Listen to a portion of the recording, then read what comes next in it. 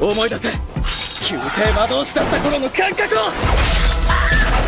Well, we've gone through half of the year and the current anime season's in full throttle with all those popular sequels and a lot of sleeper hits. In the midst of feeling the hype from the current season's hits, I think it's also an apt time to give out Volume 4 of Underappreciated Anime. You seem to like those lists a lot and I'm more than happy to give you what you want, so here we are. Besides, there are just so many anime per season that if I'm going to have to introduce all of the less popular or underappreciated ones in my opinion, I'd be here all day. Well, it's about time we get the ball rolling, right?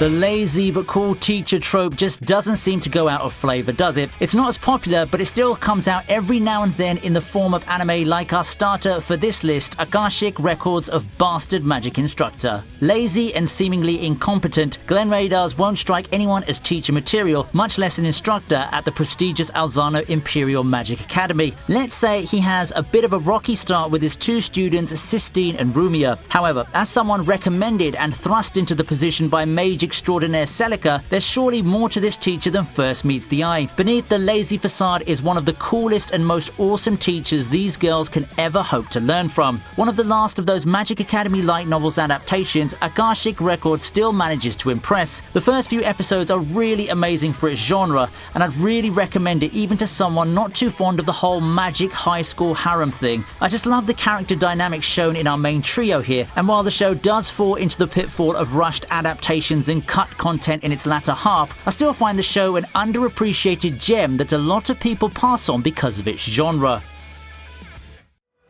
Before we continue, I'd like you to turn your attention to this video sponsor, Raid Shadow Legends. Seriously, this thing legit brings back memories of the good old childhood days when high fantasy ruled, and now you can take the experience with you. Use my links below to download Raid yourself to your mobile phone or PC while I tell you more. Raid Shadow Legends is an amazing game that features a war-torn land and tension-filled battles among the 16 factions that the game has to offer. I'm personally a sucker for elves, so I immediately gun for the high elves, but I'm sure that whatever your tastes are, Raid will have something for you. Personally, my favorite champion is Elaine. She's one of the first champions you can get, but just look at her character design. Isn't she a perfect waifu material or what? Tyrell, who's an epic champion who's known for his defensive abilities, is also a great champion to have in your squad, especially if you see all of these reviews from other players. And if you start playing today, you can try a load of new updates that are now in-game. Among them are champion fragments that you can use to summon specific awesome champions, with special events running all the time. Also, the developers just added a new bazaar where you can load up on high-value items with the gold bars you win in Tag Arena. And finally, from now on, the daily login rewards have been extended up to 270 days,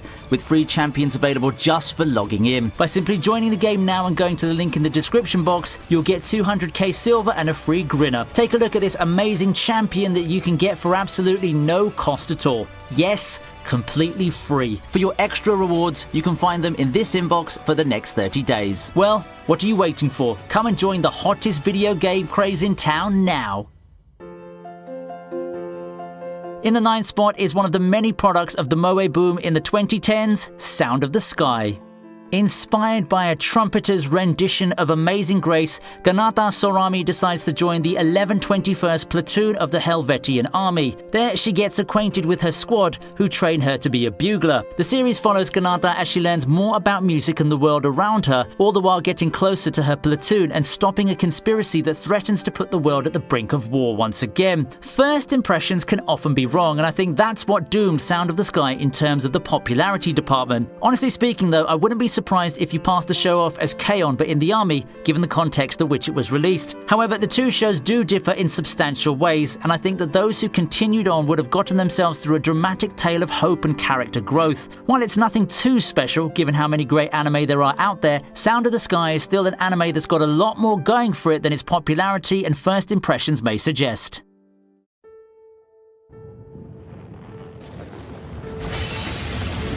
Tokyo Magnitude 8.0 finds itself at, ironically, the 8th spot on the list. Disaster plots are a dime a dozen, but none really strikes as close to home to Japan as disaster stories about earthquakes. With the country going through earthquakes like nothing, people say that it would only be a matter of time before a mega quake comes and ravages the country. Such a horrible reality is brought to light in Tokyo Magnitude 8.0. Tokyo Magnitude 8.0 follows siblings Mirai and Yuki as they find themselves caught in the devastating quake that leaves them in no man's land in Odaiba. Luckily, they run into Mari, and with her help, the siblings look to return to their home through a city brought to its knees. Tokyo Magnitude 8.0 is probably one of the most gripping dramas that I've ever watched. It's a story that takes a chilling premonition and lets us experience it through human eyes, something that's rare to come by these days. However, past the sadness brought about by the realism of the whole thing, there's an endearing story of hope and overcoming despair.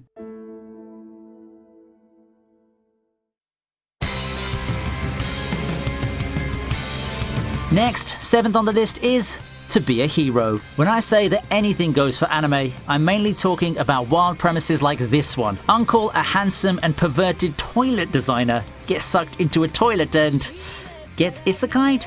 Nope.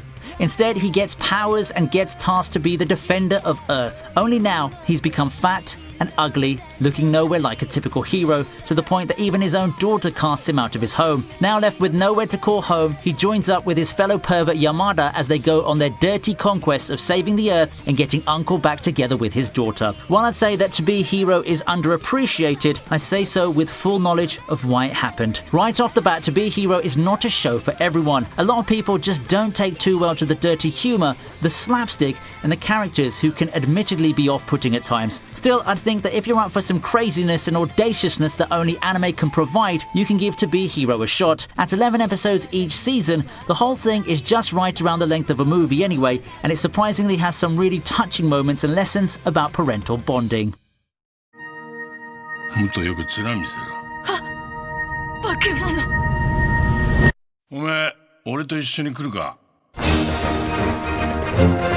Japanese movies tend to deal a lot with mysticism and the parallel realms. It's something that has more or less been codified in a lot of Japanese anime and films. In The Boy and the Beast, we have more of that, and we see the story through the lens of Ren. Left with no one to call family, he runs off to the unforgiving streets of Shibuya, where he stumbles into Kumatetsu. Kumatetsu, as you can see, is a resident of the monster realm in this movie who quickly takes an interest in the lost boy. Aiming to use this boy to prove his point and become the successor to the lord of his world, Kumatetsu takes the boy in as his apprentice, while Ren begins his search for a home that he never had. Perhaps there's more tying the two together than their partnership born out of need. I really wonder why this movie didn't make that much of a splash. I think it's because it's not too artistic like a Shinkai film, and its setting does seem quite ordinary. Nevertheless, I did have some fun watching this, and I think that the story really holds up. It's short for this type of film that deals with student-teacher relationships, but it does get the job done. I had no regrets watching this, and I think it deserves more credit than people give it.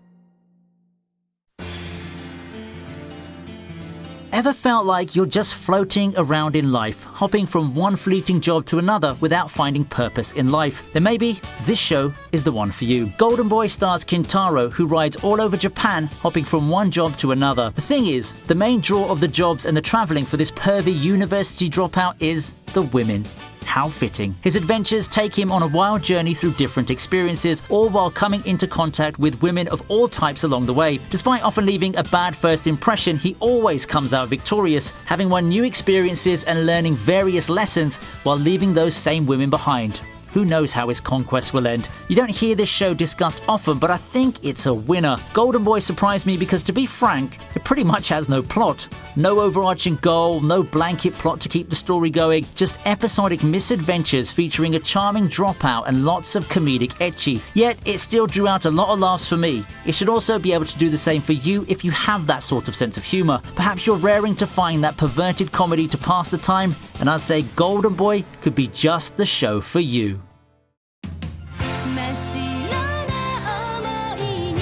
how-to shows are somewhat common enough in anime, and they do an awesome job at giving us glimpses of the industry. Among those, I think one of the best is Shirobako, our number 4 entry. We all make those high school promises with our friends and whatnot, and for our 5 main characters, theirs took the form of pursuing careers in animation and one day producing their own mainstream anime. Years later, such a dream is only feasible for 2 out of 5 of them. While Aoi and Emma seem to be doing pretty well for themselves, the other 3 are stuck with jobs or attempts at jobs that seem to be going nowhere. However, with enough perseverance, luck, and understanding on the workings of the industry, surely that pipe dream of one day making an anime is still possible for the 5 of them, right? Shirobako takes you on a journey through the ins and outs of the anime industry, through the struggles of aspiring youth wanting to break in and make it big. It presents itself to be a light-hearted show, but a lot of its content hits deep and exposes the harsh realities of the fabled industry that we all, as fans, adore and revere. In a vacuum, I'd say that Shirobako is not that underappreciated. People still look back at it fondly, and it has a decent fan base to boot. However, for how great the show is and how it stands out amongst its peers in the genre, it definitely deserves a bit more recognition.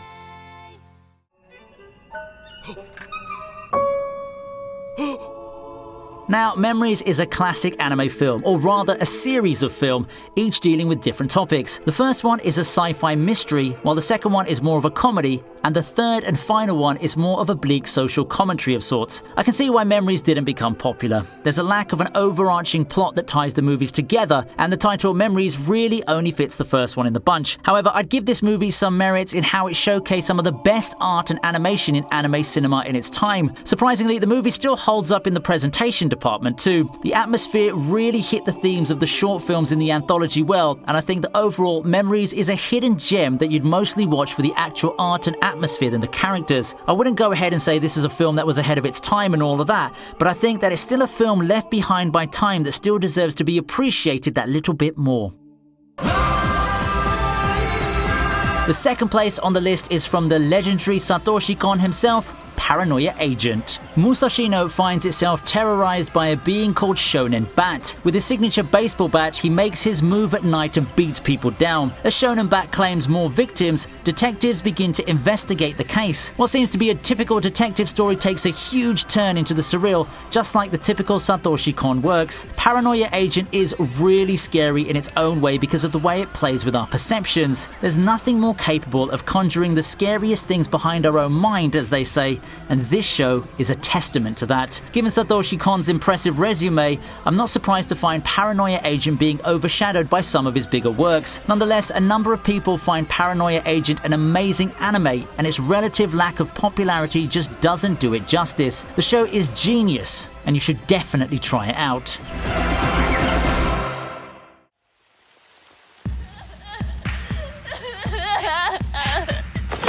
Sakura はどうしてお前なんかと。なんか答えなさいよ。君は本当に死ぬの？死ぬよ。 Topping our 4th edition of Underappreciated Anime is I Want to Eat Your Pancreas. No, the movie isn't as morbid as the title suggests. In fact, it's the farthest thing from a horror or gory anime like the title does suggest. The title actually stems from Sakura. This popular and bubbly girl confides in her classmate, our protagonist, Haruki Shiga, about a pancreatic disease and the limited time that she has left. Despite being opposites of one another, the two classmates eventually start bonding, causing our detached protagonist to slowly open his heart as he slowly discovers the true meaning of life. With a synopsis like that, I wouldn't blame you if you wanted to pass off I Want to Eat Your Pancreas as a predictable, character-driven anime movie that would serve as a passable tearjerker. And for the most part of it, it is predictable, but I firmly believe that being cliche and predictable isn't a weakness as long as the execution makes up for it, and boy does it make up for it in this movie. Overall, I think it's an amazing movie that holds up to the likes of some other tearjerker movies. It never rose to mainstream popularity status like those titles, but it more than deserves it. How about making it happen? If you're looking for more feels and anime movies that will surely tug your heartstrings, I Want to Eat Your Pancreas is here for you. As we wrap things up, What do you think about those anime? Please leave a comment below on which anime you think is underappreciated. I'd love to hear your opinion on how this list turned out. As usual, likes and subscribes are very much appreciated, and we'll be bringing you some more awesome content. Don't forget to check out our sponsors game, Raid Shadow Legends. Links in the description. For now, that's got to do it, and I hope to see you next time on ViniiTube.